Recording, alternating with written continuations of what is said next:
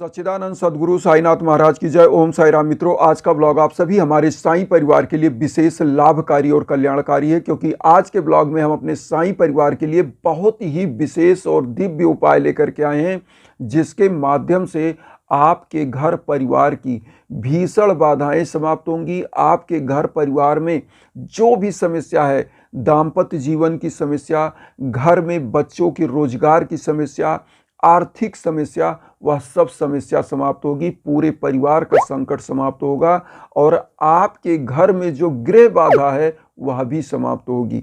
आपको करना क्या है? आपको साईं बाबा के सम्मुख कुछ उपाय करने हैं, जिससे आपके घर परिवार की बाधाएं समाप्त होती हैं। एक चीज मैं आपको बता दूं, एक कहावत है कि जल में डूबोगे तो मरोगे, लेकिन भक्ति में डूबोगे तो निश्चित मुक्ति को पाओगे। और मुक्ति, भक्ति में अगर आप जाते हो तो मुक्ति निश्चित होती है। साईं बाबा कहते थे कि मुझे सदा जीवित ही जानो, अनुभव करो सत्य पहचानो। तो अनुभूति का विषय होती है सत्यता। और एक चीज मैं आपको बता दूं कि इस धरा पर अगर आप हैं, यज्ञ याजन हवन पूजन में आप अपने जीवन का कुछ क्षण देते हैं, तो पूरा जीवन आपका फूलों की तरह खिल जाता है और हमेशा आप प्रसन्नचित रहते हैं। पूरा परिवार खुशमय होता है, प्रगति की तरफ जाता है। आज जो उपाय लेकर के आए, बहुत ही इजी उपाय है, कोई भी बंधु बांधव माताएं बहनें कर सकती हैं। यहाँ पर एक चीज आपको बता दें, यह उपाय बहुत ही इजी है। करना क्या है? देखिए, पहले तो हम माला जाप के बारे में बता दें। बहुत सारे हमारे बंधु बांधव कहते हैं कि गुरुजी मैं माला जाप नहीं जानता, मैं गिनती भी करता हूं तो मान लीजिए भूल गया कितना मंत्र किया। मैं आज बहुत ही इजी उपाय बता दूं। देखिए, आप एक कोई भी कॉपी ले लीजिए, कॉपी में 108 गिनती साइड में लिख लीजिए, उसके सामने मंत्र। जो मंत्र मैं बता रहा हूं, कोई भी मंत्र, मैं स्क्रीन पर भी दे देता हूं मंत्र। उस मंत्र को आप जो भी जाप करना है उसको क्या करिए, अपनी कॉपी में 108 बार गिनती लिख लीजिए, 108, और उसके सामने मंत्र। तो इससे क्या होगा, जो मंत्र आप जाप करेंगे वो आप भूलेंगे नहीं। बहुत ही इजी है, अब इससे इजी कुछ हो नहीं सकता। अच्छा, माला जाप में क्या होता है, कुछ बंधु बांधव माला को कैसे घुमाना है, कुछ सुमरनी को ही क्रॉस कर जाते हैं तो माला गलत हो जाता है। इसलिए हर व्यक्ति तो माला जाप नहीं कर सकता, लेकिन हमारे गृहस्थ जो परिवार हैं जिनके लिए यह उपाय हमने बताया बहुत ईजी है। 108 गिनती लिखिए, उसके सामने मंत्र लिखिए और उसी मंत्र का 108 बार आपने जाप किया तो एक माला कंप्लीट हो गया। तो इसी प्रकार से जितना माला आप जाप करना चाहें उतने बार आपको फिर से, जैसे 108 बार आए तो वो कंप्लीट हुआ, फिर भगवान का चरण छूइए और अपनी संकल्प को बोलिए। फिर दूसरी बार एक गिनती से मंत्र शुरू करिए, फिर 108 तक, तो दूसरा माला हो गया। इस तरह से आप जितना माला जाप करना चाहें कर सकते हैं। अब यहाँ पर आता है कि क्या करना है। सबसे पहले तो आपको बृहस्पतिवार को इस उपाय को स्टार्ट करना चाहिए। बृहस्पतिवार होता है गुरु का दिन, और गुरु का मतलब होता है अंधकार से प्रकाश की ओर ले जाने वाला, ज्ञान का ग्रह।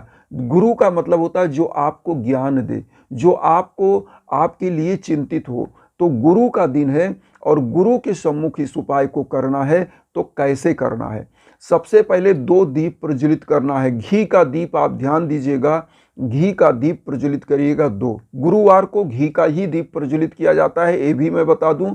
घी का दीप इसलिए प्रज्वलित किया जाता है क्योंकि गुरु और भगवान विष्णु, माँ लक्ष्मी और समस्त देवता इस दिन घी का दीप ही एक्सेप्ट करते हैं, क्योंकि जो क्रूर ग्रह होते हैं उनके सम्मुख सरसों का तेल जलाया जाता है। लेकिन वैसे तो सरसों का तेल संकट के लिए भी जलाया जाता है, लेकिन गुरुवार के दिन, जो गुरु का दिन होता है, इस दिन सरसों के तेल का दीपक नहीं जलाना चाहिए।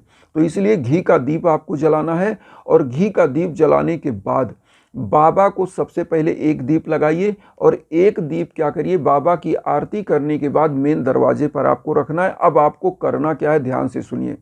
आपने धूप बत्ती जला दी, घी का दीप जला दिया और एक अपना साईं बाबा के सम्मुख दीप स्थापित किया, और एक दीप आपने मेन गेट पर अपने यहाँ रख दिया।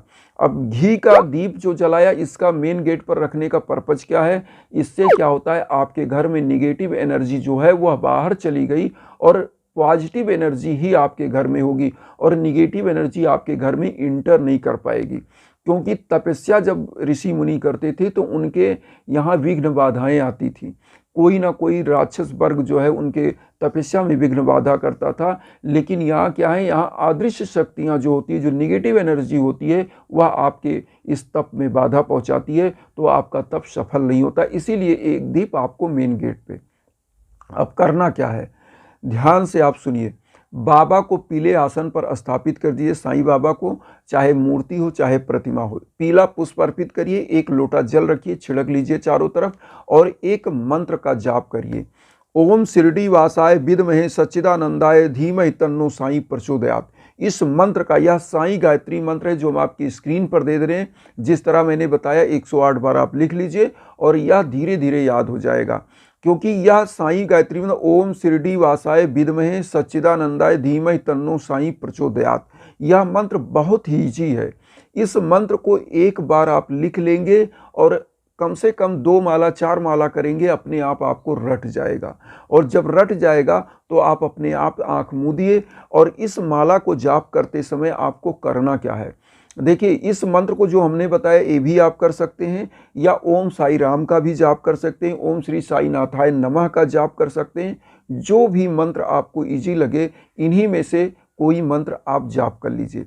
तो हम आपको इसको स्क्रीन पर भी दे दिए हैं जो साईं गायत्री महामंत्र, और मेरा तो मानना है कि साईं गायत्री महामंत्र ही करिए। थोड़ा सा क्लिष्ट जरूर है, बाबा से क्षमा मांग करके कि बाबा कोई त्रुटि हो तो क्षमा करिएगा और इस मंत्र का जाप करिए। यहाँ पर एक चीज़ और बता दें आप लोगों को, यह जो मंत्र आप कर रहे हैं इससे आपके घर की समस्त बाधाएं दूर होंगी। लेकिन किसी भी व्यक्ति के अहित के लिए, किसी के अनभले के लिए इस मंत्र का जाप ना करें, क्योंकि जब बाबा का कोई भी मंत्र किसी के गलत कार्य के लिए आप करते हो तो वह मंत्र कार्य नहीं करता, उल्टा आपके ऊपर ही दिक्कत हो जाएगी। इसलिए किसी व्यक्ति के अपने कल्याण के लिए, मान लीजिए आपके घर में शत्रु बाधा है, आप क्या करेंगे, किसी के लिए ये ना कहिए कि प्रभु उनको खराब करिए, बस बाबा के सम्मुख आप ये बोलिए कि बाबा हमारे जीवन में जो भी शत्रु हैं उनको समाप्त करिए। किसी का नाम लेकर किसी के ऊपर यह मंत्र नहीं किया जाता है। जब आप बाबा को समर्पित करेंगे तो बाबा उसके न्यायी हैं, बाबा उसका न्याय करेंगे। आपको न्याय नहीं करना है, आप तो बाबा से याचना करेंगे। तो यहाँ पर यह चीज़ ध्यान रखिए। और जब भी माला जाप करें तो जो भी संकट है, जैसे आर्थिक संकट है, शत्रु बाधा है, घर में पितृ बाधा है, रोग दोष है, लड़ाई झगड़े का माहौल है, और एक चीज़ यहाँ मैं बता दूं, अपने जो भी आपने संकल्प लिया है इस संकल्प को कभी किसी को बताइए नहीं, गुप्त रखिए। क्योंकि एक कहावत है ना कि बंद मुट्ठी लाख की और खुली मुट्ठी खाक की।